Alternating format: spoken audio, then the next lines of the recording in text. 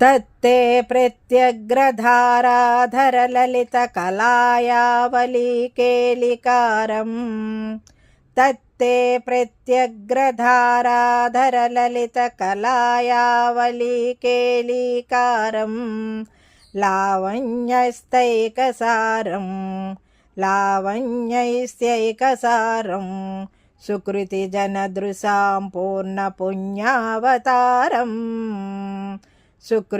सुकृतिजनदृशां पूर्णपुण्यावतारम् तत्ते प्रत्यग्रधाराधरललितकलायावलीकेलिकारम् लावण्यैस्त्यैकसारम् सुकृतिजनदृशां पूर्णपुण्यावतारम् लक्ष्मी निःशङ्कलीला निलयनं लक्ष्मी निःशङ्कलीला निलयमनम् अमृतस्यन्दसन्दोहमन्तः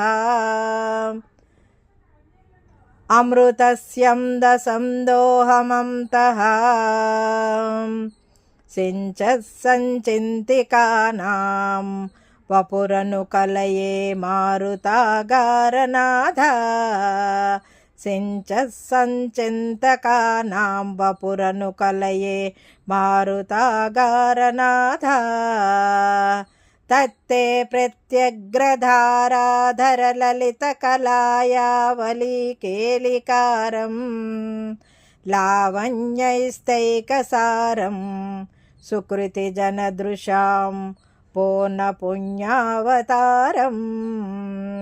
लक्ष्मी निःशङ्कलीला निलयमनम् अमृतस्यन्दसन्दोहमन्तः सिञ्चत्सञ्चिन्तकानां वपुरनुकलये मारुतागारनाथ। ఓ గురువాయూరప్ప నారాయణ, నీ దివ్య రూపం కొత్త మేఘంలాగా ఎంతో అందమైనది.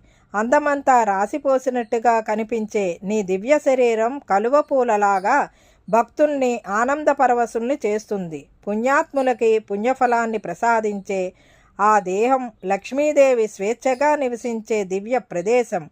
మధురాతి మధురమైన నీ సుందర రూపాన్ని ఎప్పుడూ భక్తిగా ధ్యానించే వారి మనసుల్లో అమృతధారలు కురుస్తాయి. అలాంటి జగన్మోహనకరమైన నీ రూపాన్ని నేను సదా ధ్యానిస్తాను.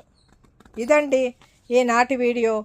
ఈ వీడియో కనుక మీకు నచ్చినట్లయితే లైక్ చేయండి, షేర్ చేయండి, కామెంట్ చేయండి, సబ్స్క్రైబ్ కూడా చేయండి. మరిన్ని వీడియోలు కావాలంటే బెల్ ఐకాన్ని నొక్కండి. Thank you very much.